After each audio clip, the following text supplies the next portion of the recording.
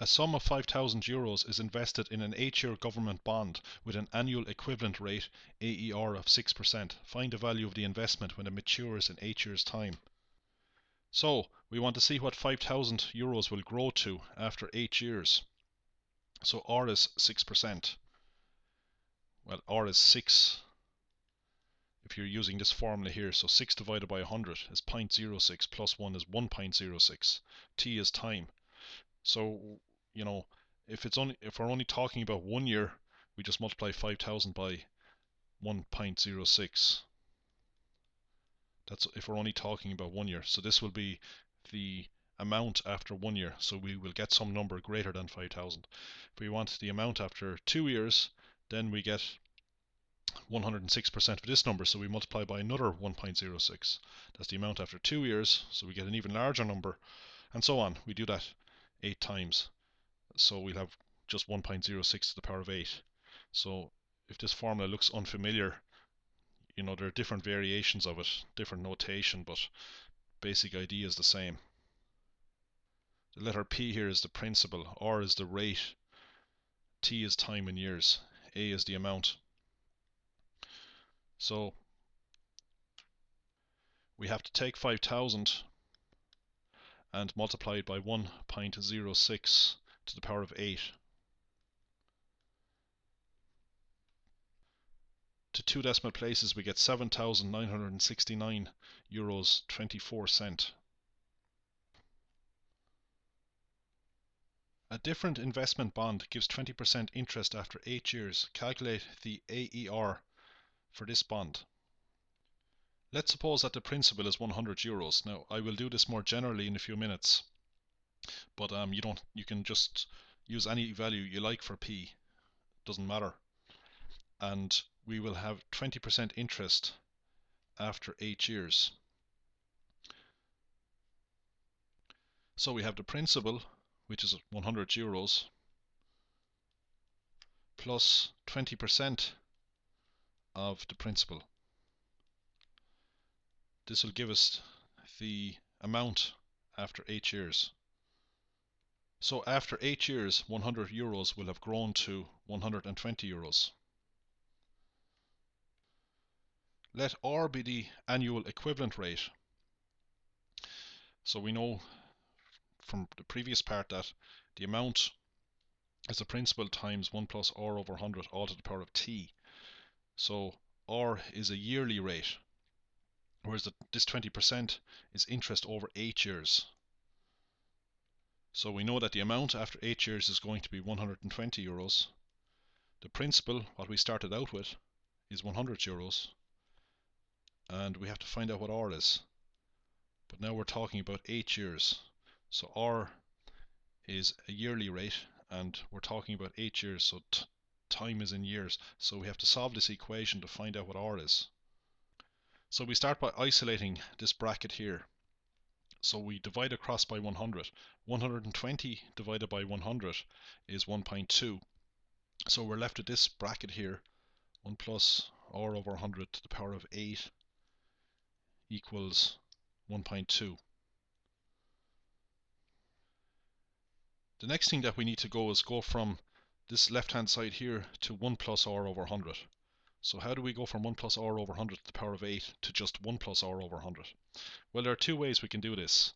One way that we can do it is to raise both sides to the power of 1/8, because then we can use our rules of powers. When we have brackets, we just multiply 8 by 1/8 and then we get 1. And that's what we want here, 1 plus R over 100 to the power of 1, which is just 1 plus R over 100. But if we raise the left hand side to the power of 1/8 to cancel this power, we must raise the right hand side to the power of 1/8 also. So this is one way of doing it. So then we get 1 plus R over 100 on the left hand side. We just get 1 here, which we can ignore, and we have 1.2 to the power of 1/8.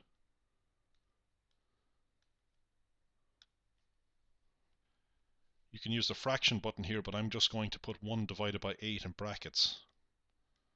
So I have 1.2 to the power of 1 over 8. I will write this down to 5 decimal places. It's a good idea here because ultimately we will be taking 1 from this number and multiplying by 100. So to 5 decimal places, this is 1.02305. So now we've isolated 1 plus r over 100. The next thing that we need to do is isolate r over 100. To do that, we subtract 1 from both sides. Well, that's easy. Subtracting 1 from the right hand side, we get 0.02305. And finally, to get r, we multiply both sides by 100. 100 times this number just moves the decimal point 2 places to the right, and we get 2.305. And this is annual effective rate. Here's another method for solving this equation to find r. It involves getting the log of both sides. So we write log in front of both sides. That means we can use either the ln button, which actually stands for log to the base e, or we can use the log button, which stands for log to the base 10. Doesn't matter. I will use the ln button.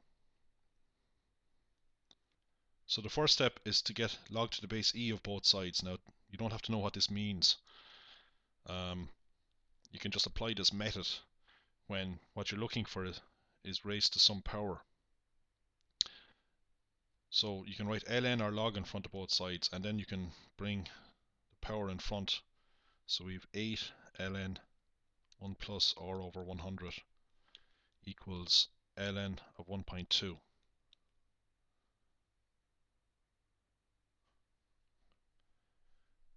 We divide across by 8 because we want to isolate everything involving r. And then to undo this, to get rid of this ln, we put e to the power of the right hand side, this number e. Now you don't have to know what that means either. And then we solve for r. So you can go to your calculator and work this out, subtract 1 from it, and then multiply by 100, and we get the same value as before. This is probably a method that you will not use. If we use log instead of ln, log here means log to the base 10. So if I replace this with log,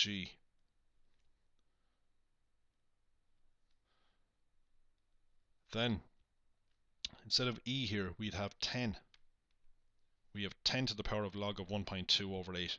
As you can see, this method is more time consuming, so it's probably better to do it the first way that I showed you.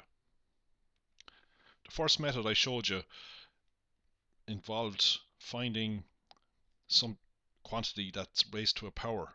So in general, if we have some quantity, say x, raised to some power, let's say the power is 2/3, and we're given that x to the power of 2/3 is equal to, say, 10. To find x, what we do is we raise both sides to the power of 3/2. So we just take the reciprocal of this fraction. So in the example, this fraction in here was actually 8, and the reciprocal of 8 is 1/8. If the fraction is 2/3, the reciprocal is 3/2, because when we evaluate the left hand side now, we'll get x to the power of 1.